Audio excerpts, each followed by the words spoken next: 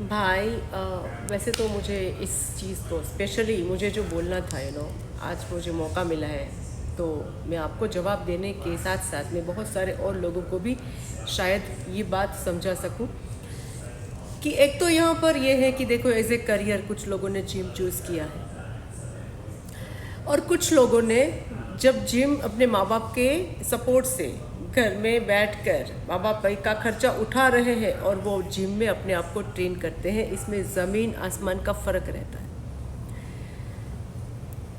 ऐसे single mother मेरी 20 साल की जर्नी है जिम। ओके, मैंने योगा से स्टार्ट किया था और आज मैं पूरे बॉडी बिल्डिंग तक की मैं ट्रेनिंग करती हूँ। तो यहाँ पर मैं 150 किलो उठाती हूँ एंड मैं भी 25 किलो से शोल्डर करती हूँ।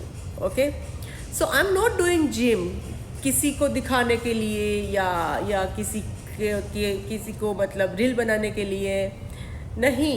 ये मेरा पैशन है। फिटनेस मेरी ज़िंदगी का पार्ट है एंड हमने कभी भी देखा भी नहीं था कि कोई कैमरा अलाउड भी नहीं होता था ऐसी जगह मिडल ईस्ट में एंड आजकल जो ये लड़कियां जो कर रही है ना, अपना बॉडी पंप कर रही है, they are doing under the parents support and masculine भी नहीं है। हम मास्कुलिन नहीं होते हैं, तो मास्कुलिन तो मैं हूँ नहीं जो मैंने अपनी बॉडी को बिल्डअप करके मुझे ऐसा माचो टाइप दिखना होता था, नहीं।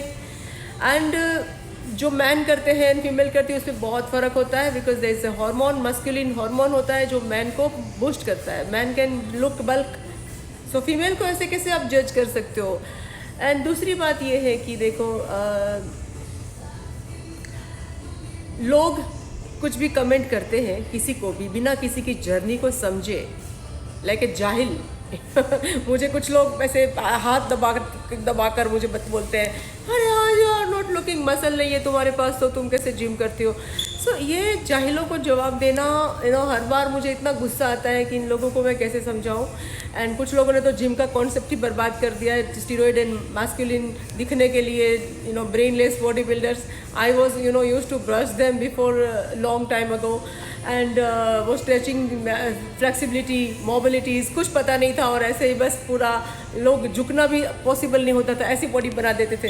तो दैट टाइम से हम लोग लगे हुए हैं इन सब चीज़ों में और आज हम दिखावा वगैरह नहीं करते हैं। ये फिटनेस है, ये ज़िंदगी में अब एप्लीकेशन में लोगों को पैसे मिलते हैं और वो चला रहे हैं, they are doing under parent support, so that's good to do.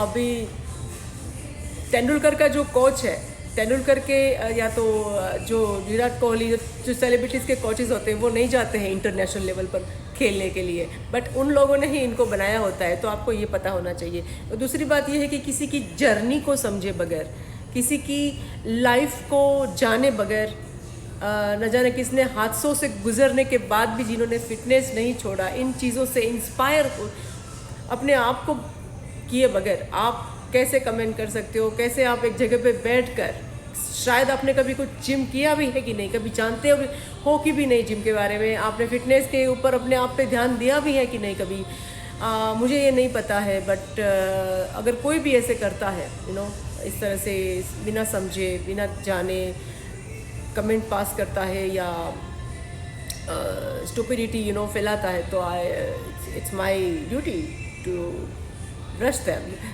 It's my duty to stop them forever कि वो दोबारा ऐसा ना करे। So go gym, train yourself, experience करो अपनी कि आप कहाँ पर हो, कहाँ पे स्टैंड करते हो, क्या किया है लाइफ में आपने।